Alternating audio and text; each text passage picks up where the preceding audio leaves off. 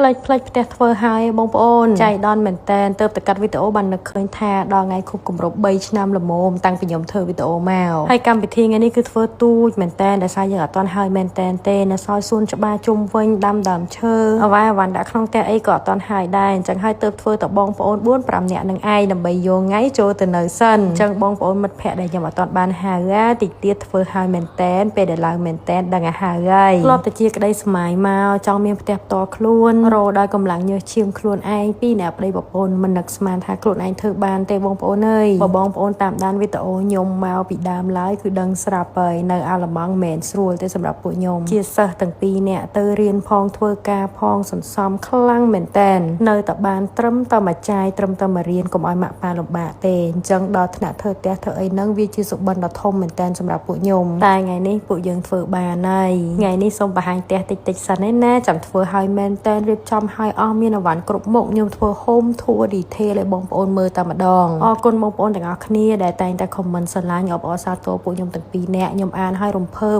ស្ទើរតែស្រក់ទឹកភ្នែកស្រឡាញ់គាំទ្រចូលចិត្តមើលវីដេអូពួកខ្ញុំលក់ដូរអីក៏ស្រឡាញ់ក៏គាំទ្រក៏ជួយទិញតែចង់និយាយថាសមិទ្ធផលមួយនេះមិនមែនធ្វើភ្លាមបានភ្លាមទេតិចថាលក់ pancake មួយ plate មានលុយធ្វើផ្ទះពួកខ្ញុំពីរនាក់ស្រឡាញ់គ្នាមក9ឆ្នាំហើយបងប្អូនឆ្នាំនេះតាំងពីខ្ញុំអាយុ16បងម៉ៃអាយុ18ឆ្នាំនេះ20ក្រាស់ហើយណាតស៊ូមួយគ្នាតាំងពីរៀនចប់ភ្លាមរហូតដល់ចប់សាកលវិទ្យាល័យរហូតដល់ឥឡូវមកនៅខ្មែរនេះបច្ចុប្បន្នក៏មិនមែនលក់តែ pancake នឹងដែរធ្វើវីដេអូផងទទួលប្រម៉ូទការងារផងបរោស៊ីលក់ pancake ខ្លួនឯងហ្នឹងក៏បន្តបន្សំទិញទួយផងដែរអរគុណបងប្អូនដែលតែងតែគាំទ្រពួកខ្ញុំទាំងពីរនាក់ក្តីស្រឡាញ់របស់បងប្អូនគឺខ្ញុំរំភើបខ្លាំងមែនតើខ្ញុំមានក្តីសុខខ្លាំងពេលដែលបានអាន comment ខ្ញុំមិនដែលនឹកស្មានថាខ្ញុំនឹងទទួលបានក្តីស្រឡាញ់ច្រើនដល់ថ្នាក់ហ្នឹងបងប្អូនក៏មិននឹកស្មានថាមានជីវិតបែបហ្នឹងនៅក្នុងវ័យប៉ុណ្ណឹងដែរសូបិនចង់ជោគជ័យគឺមានតាំងពីក្មេងប៉ុន្តែធ្វើមិនបានគឺអត់ដែលដឹងទេបងប្អូនអើយចឹងហើយបងប្អូនទាំងអស់គ្នាស៊ូកុំអស់សង្ឃឹមប្រឹងទៅគង់តែមានថ្ងៃរបស់យើងឯងក្នុងឱកាសដ៏ពិសេសនេះក៏មានកាដូជូនបងប្អូនដែរគឺថែម promotion រហូតដល់ចុងខែតែម្ដងសម្រាប់បងប្អូនដែលទិញជាមួយនឹងម្សៅ pancake យើង2កញ្ចប់គឺបានថែម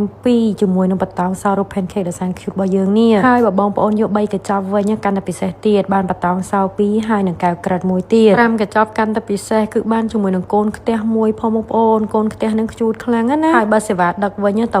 $1ទេមិនថាបងប្អូនយកបានកញ្ចប់ក៏ដោយ